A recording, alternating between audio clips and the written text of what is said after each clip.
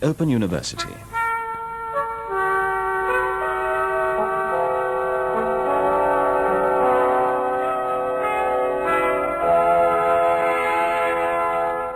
Alors, mes chers élèves, je vous propose aujourd'hui quelque chose un peu différent, un discours sur l'altérité.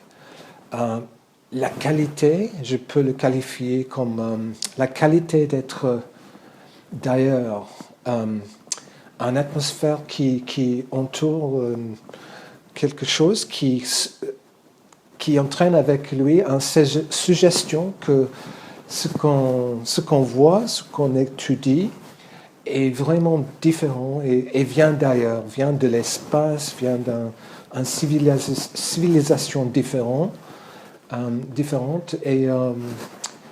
et qui entraîne donc, et c'est un grand thème pour les Français, et c'est un peu pour ça que je vous adresse en français, l'idée des cultures, des civilisations exotiques. Il y a vraiment un côté orientaliste chez les Français, mes chers amis les Français, que moi je partage vraiment, parce que j'ai l'impression que tout qui est venu et c'est un peu le style du XVIIIe siècle, tout ce qui vient d'une île désert, par exemple, ou d'une grande civilisation comme la Chine, ou l'Inde, ou dans le Pacifique, est en soi intéressant et apporte une magie, une quelconque magie.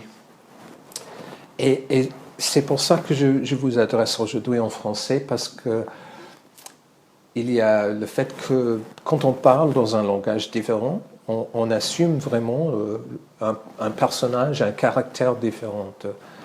On a donc on a dans son propre personnage une alternité, vraiment un potentiel tout le temps de devenir quelqu'un d'autre. Et c'est un peu effrayant, ça, vraiment, mais aussi un peu... on a vraiment l'espoir dans ça d'échapper le prison de son caractère, de son culture. Et je me trouve souvent devant mon ordinateur en me demandant est-ce que je vais vraiment lire aujourd'hui les journaux anglais, les mêmes attitudes, les attitudes anglo-saxonnes, puritains et tout ça que les journaux apportent. The Guardian, par exemple, c'est mon journal préféré pendant des années, parce que c'est le plus gauchiste des journaux anglais. Et ça, c'est pas grand-chose, parce qu'il n'y a pas énormément de sentiments vraiment gauchistes en Angleterre. Surtout en Angleterre, en Écosse, c'est un peu différent.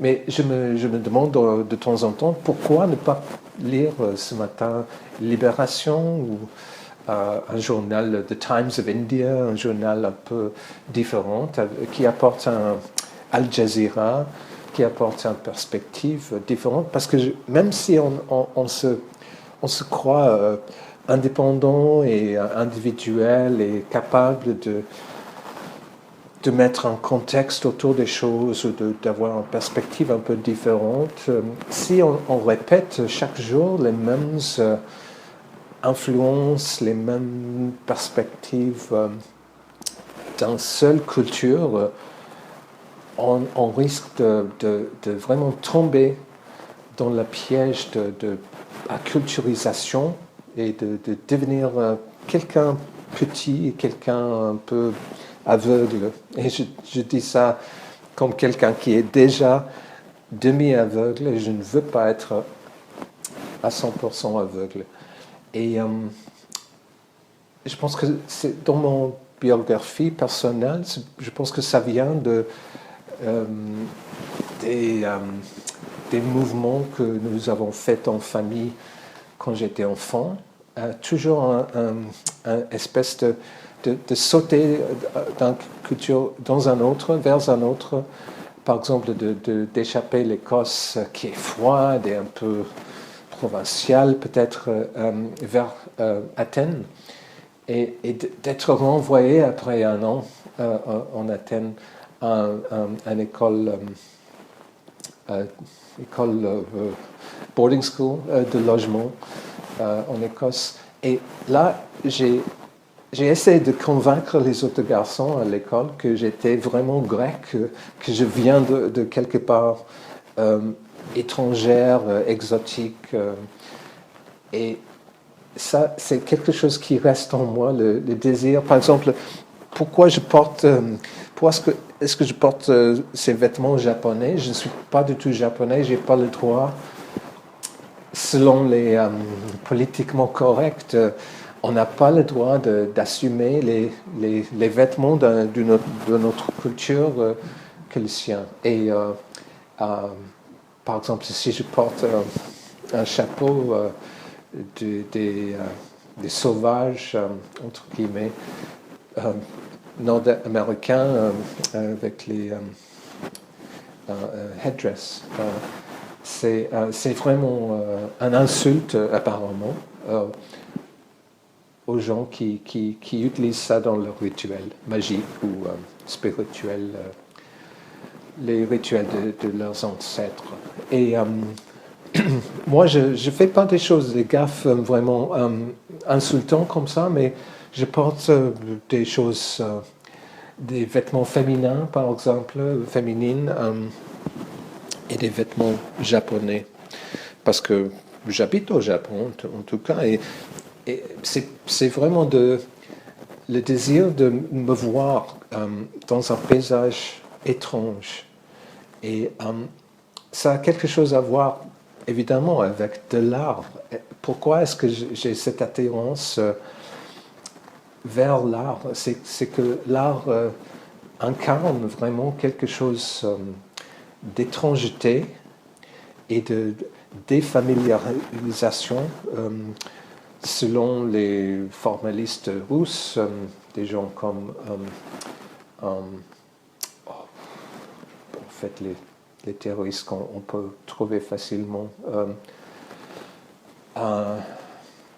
Ostraneni, l'idée d'Ostraneni, ça vient de leurs études dans ce domaine de une approche délibérément de défamiliarisation. C'est presque une approche de rêve, bien sûr, parce que dans les rêves, et c'est pour ça que les surréalistes ont tiré beaucoup des rêves. Dans les rêves, on a des actes, des gens familiers, mais dans des contextes complètement changés et bizarres, intrigants. Et dans l'art aussi. Certains domaines de l'art, bien sûr, le formule est roi dans certains formats populaires, détectives et tout ça. Et les gens aiment ce qui est familier, mais ils aiment aussi...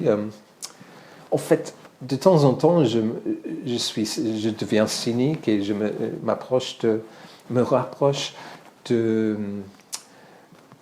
par exemple, j'ai écouté l'autre jour une émission sur Arte Radio, très cynique, sur le fait que aujourd'hui, on a les masses populaires qui s'intéressent uniquement aux célébrités, de cette culture oligarchique, mais aussi des gens de goût, de culture, des gens avec le capital culturel, selon Badiou, selon Bourdieu, qui s'intéresse de l'art visuel, qui peut être aussi superficiel que la culture de Kim Kardashian et des célébrités et tout ça. Donc, je m'interroge sur ce point, je me demande est-ce que je suis cette tribu, je fais un de ce tribu des gens superficiellement éduqués avec la liberté de visiter les biennales et tout ça. En fait, c'est une poésie, on peut on peut prendre ce qu'on veut de chaque exposition et est-ce que c'est vraiment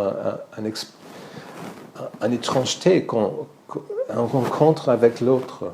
Et c'est ça la question. Est-ce que altérité est vraiment un rencontre avec l'autre? C'est vraiment ou est-ce que c'est bien paradoxiquement réconfortant et on est toujours dans son zone de confort, comme on dit, comfort zone.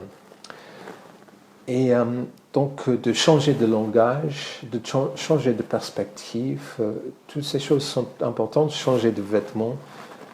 Est-ce que je peux m'imaginer comme l'autre? C'est une question intéressante et aussi paradoxale. Par exemple, j'achète souvent ces livres qui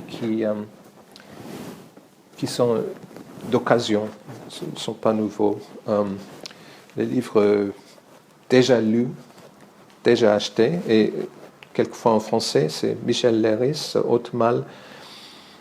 Et j'ai un fétiche pour les livres qui ne sont pas nouveaux, qui sont un peu gâtés, un peu pourris, même avec les petits insectes qui vivent dedans, mais qui parlent pour moi d'un autre ton, un autre système. C'est reconnaissable comme la nôtre, mais c'est aussi différent, c'est très différent stratégiquement. Les éditeurs qui ont choisi les textes pour NRF, par exemple, sont tous morts, comme Michel Leiris lui-même, mais c'est impossible maintenant dans la France d'aujourd'hui de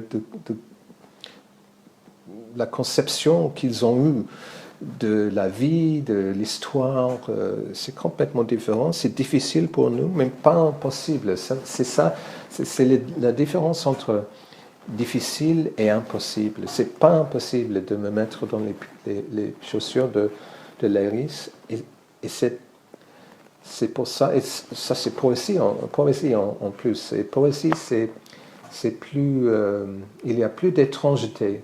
L'étrangeté est plus centrale dans un poème que dans un texte prosaïque, qui est évidemment prosaïque, qui vient de notre langage de tous les jours. J'apprécie la richesse de langue poétique et son honnêteté, parce qu'il a une honnêteté vraiment de dire...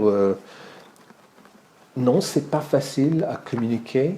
Il y a des choses que moi j'ai vues, j'ai vécues dans ma vie que vous n'arrivez jamais à comprendre. Vous n'étiez pas là, vous, l'audience, les lecteurs. Mais je vais essayer, en tout cas. Et c'est ça, tout l'œuvre de communication, de faire de l'art. C'est cette... croyance un peu fou qu'on peut vraiment communiquer, on peut vraiment. Et quelquefois, on a l'impression que c'est juste son imaginaire qui ah oui, je comprends ça, j'ai vécu quelque chose un peu comme ça, mais c'est pas vrai, c'est juste l'idée qu'on a d'un acte de communication. Je suis pas nihiliste, je pense que nous sommes tous à peu près le même. Nous avons vécu les expériences très similaires dans les contextes différents. Donc, mais est-ce que c'est prétentieux? C'est une autre question. Est-ce que c'est prétentieux de me prendre comme un autre? De dire, maintenant j'ai acheté ces vêtements d'occasion, ces livres d'occasion, des choses qui étaient achetées avant par des gens inconnus. Des gens, peut-être c'était une femme de ménage qui a porté ça avant moi, et elle a eu des expériences très différentes. Elle était japonaise.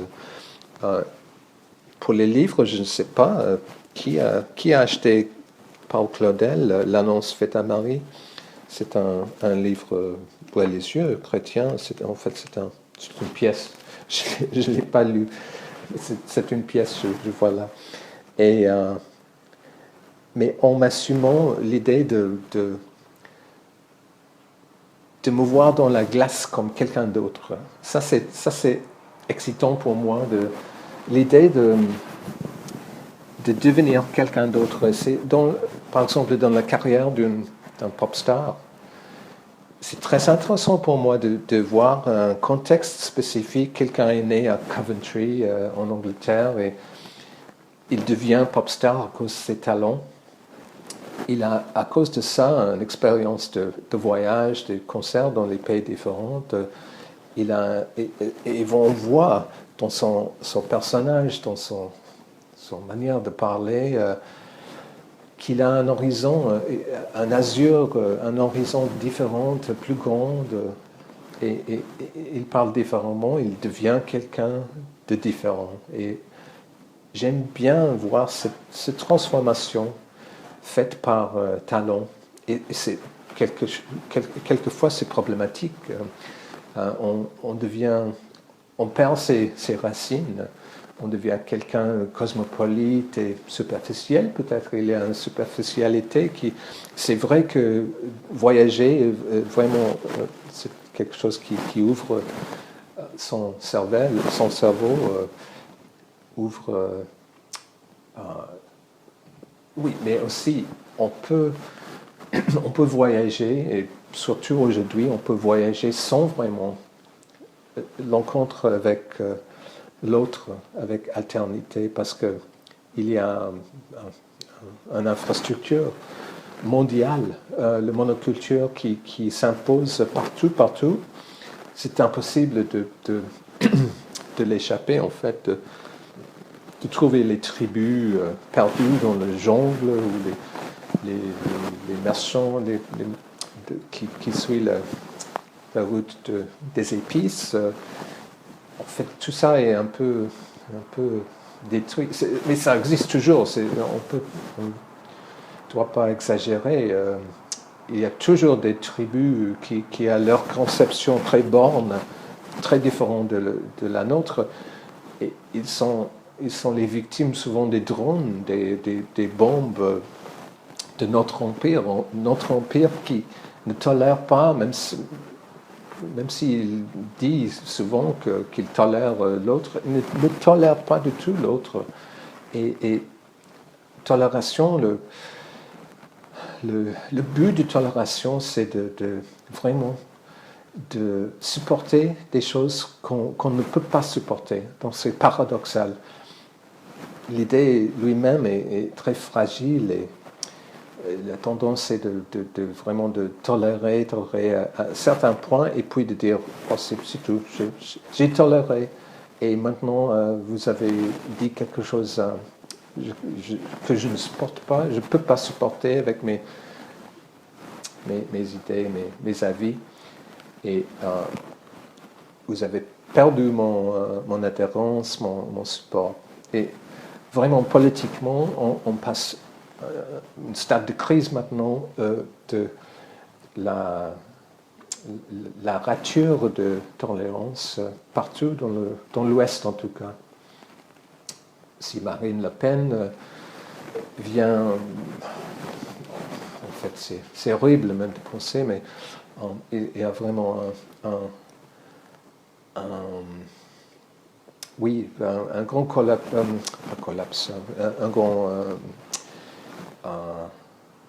ça tombe, en fait, ça tombe en temps réel, l'idée de supporter ce qu'on ne peut pas supporter. Est-ce que je marque mon adhérence personnelle à l'autre? Oui, je fais ça, mais c'est un autre de mon choix. C'est un autre bien choisi, un autre japonais, orientaliste, probablement.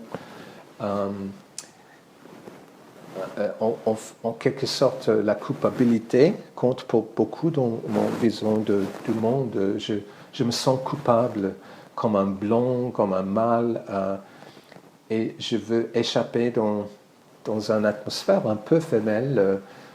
Je suis suivant de David Bowie, bien sûr. Et Bowie, il a dit « Turn and face the strange ». Faut se confronter à tout ce qui est étrange, mais pas peut-être tout ce qui est étrange. Il faut vraiment s'orienter vers son propre choix de l'étrangeté et de l'alternité. Merci, la classe. Open University.